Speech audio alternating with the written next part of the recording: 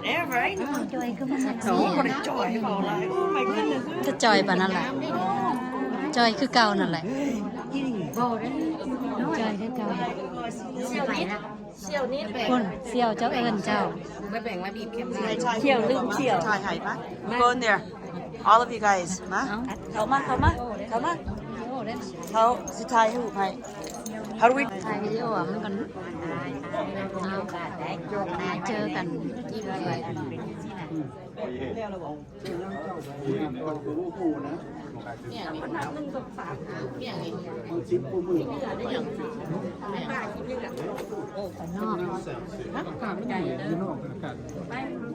อากาศดีอยู่นอกไปอยู่นอกค่ะไป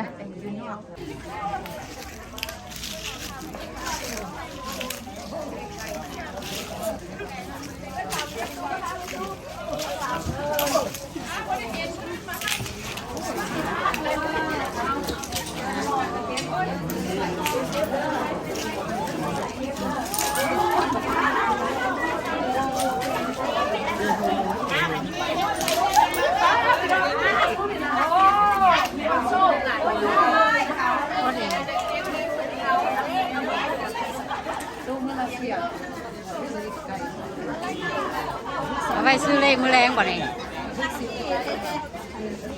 ได้แล้วเนี่ยนึงเอาเลขไก่น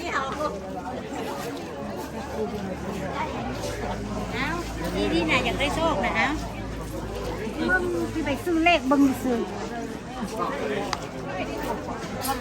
มันเกิดแม่มื้อนี้วันที่15หาซื้อมันบอก ออกแล้วเด้ 85 ออกแล้วเด้ บอก185คือบ่ซื้อ15จนฮอด95พุ่นมันก็ถึกซะตัว155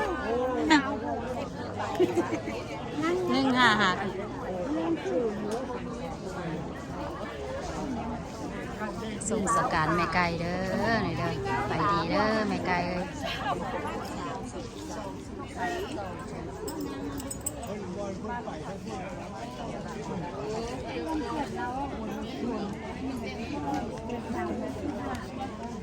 ทางในก็ละ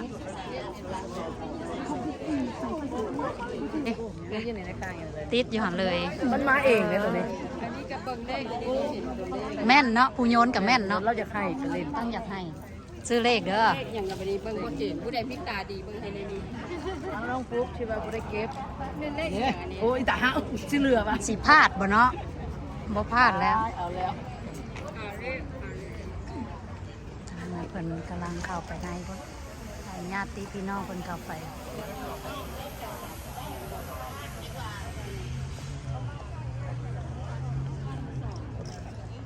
ใบไม้นี่งามสีงามเลย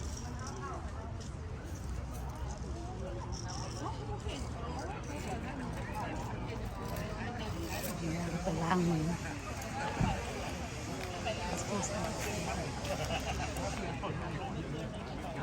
ล้างมือ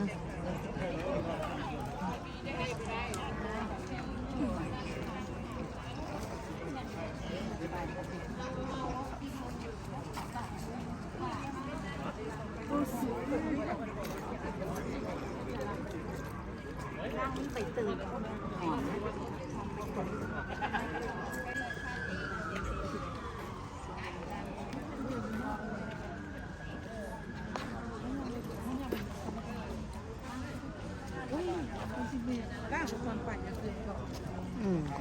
ไปแล้วก็มาล้าง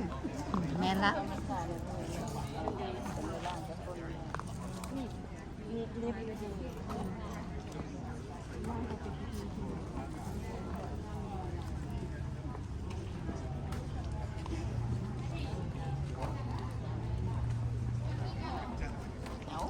เอาตำกันเอา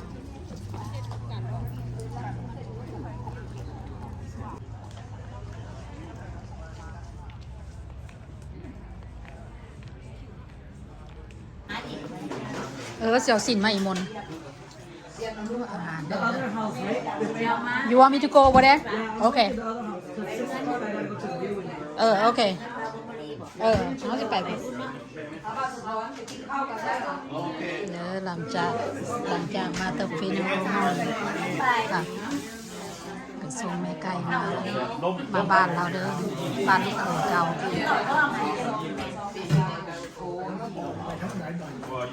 ออกทางนี้ลงทางออกได้เนาะ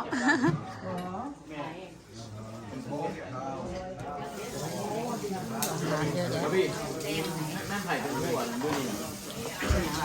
ผู้แป้งอันเครื่องอีหยังอยู่นี่นะแป้งไม่ออกคล้องว่ะ แม่น่ะเป็นเนี่ยเด็กกับผู้นี้นะ โอ้ มีอย่างเงี้ยเหรอ มืออื่นเฮ็ดคือเก่าอีกเด้อ โอเค มืออื่นเฮ็ดคือเก่านี่เราจะสุมา10 โมง ประเทศแล้วอะไรเนี่ย มืออื่นเฮ็ดแบบเก่า มื้ออื่นเลิกมงคลเด็ก เก่า เด็กคือเก่า แต่งแบบ เฮ็ดแบบนี้เฮ็ดน้ำมันเฮ็ดแบบเก่า โอ้ก็กับจังซั่นบ่ได้น้ำมนต์มันผู้นี้ได้น้ำมนต์แม่น่ะถ้าผู้ที่เขาตัวเขาต้มอย่างมาไว้อ่ะ จัดใส่อันบัว ไปบอกกันเอาแผ่ให้เด็กน้อยเอาแผ่ให้ได้บอก นั่นสิดาว